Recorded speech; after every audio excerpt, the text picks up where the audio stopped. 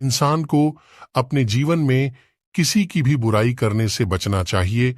जब हम दूसरों की बुराई करते हैं तो हमारे जीवन में पाप कर्म का फल जुड़ जाता है, जिसका पता हमें भी नहीं चल पाता है। हमें लगता है कि आखिरकार हमने अपने जीवन में किसी को कोई दुख तो दिया ही नहीं है। आज हम आपके सामने इसी तरह की अनजाने पाप कर्म का फल की कहानी के बारे में बताने जा रहे हैं।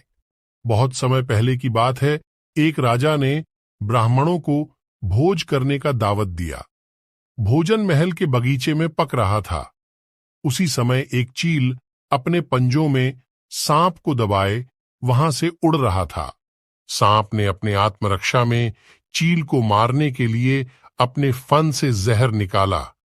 सांप के द्वारा निकाले जहर की कुछ बूंदें बगीचे में पक रहे खाने में जा गिरा। इस बात की जानकारी किसी को नहीं हुई। खाना पककर तैयार हो गया। उस जहरीले खाने को खाकर ब्राह्मणों की मौत हो गई।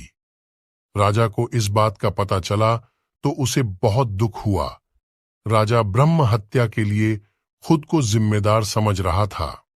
ब्रह्म हत्या का दोष किसे दिया जाए के प्रश्न पर यमराज सहित सभी असमंजस की स्थिति में थे।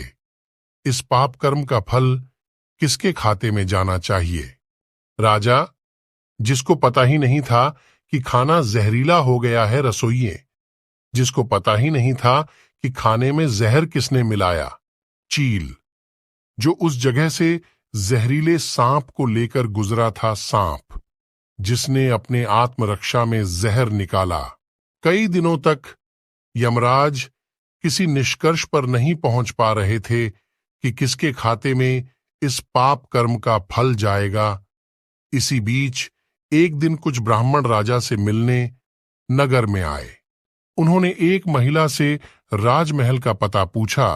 महिला ने पता तो बता दिया, लेकिन साथ ही साथ कहा कि जरा संभल के रहना, राजा ब्राह्मणों को खाने में जहर देकर मार देता है। महिला ने जैसे ही यह शब्द बोला, यमराज ने तुरंत फैसला ले लिया कि ब्राह्मणों के मौत के पाप कर्म का फल इस महिला के खाते में जाना चाहिए। यमराज के इस निर्णय से दूत हैरान हो गए। सभी ने एक स्वर में बोला कि महिला तो इसमें कहीं से कहीं तक शामिल नहीं थी। यमराज ने जवाब दिया कि ब्राह्मणों के मौत पर किसी को आनंद नहीं मिला, बल्कि सभी को दुख ही पहुंचा। परंतु उस घटना की चर्चा करते वक्त उस महिला में आनंद का भाव दिखा, इसलिए राजा के अनजाने पाप कर्म का फल इस महिला को मिलना चाहिए। दोस्तों, इस वजह से हमें दूसरों की बुराई से बचना चाहिए, वरना किसी और के पाप कर्म के फल हमारे खाते में जुड़ जाता है।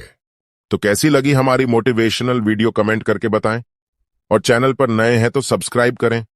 धन्यवाद।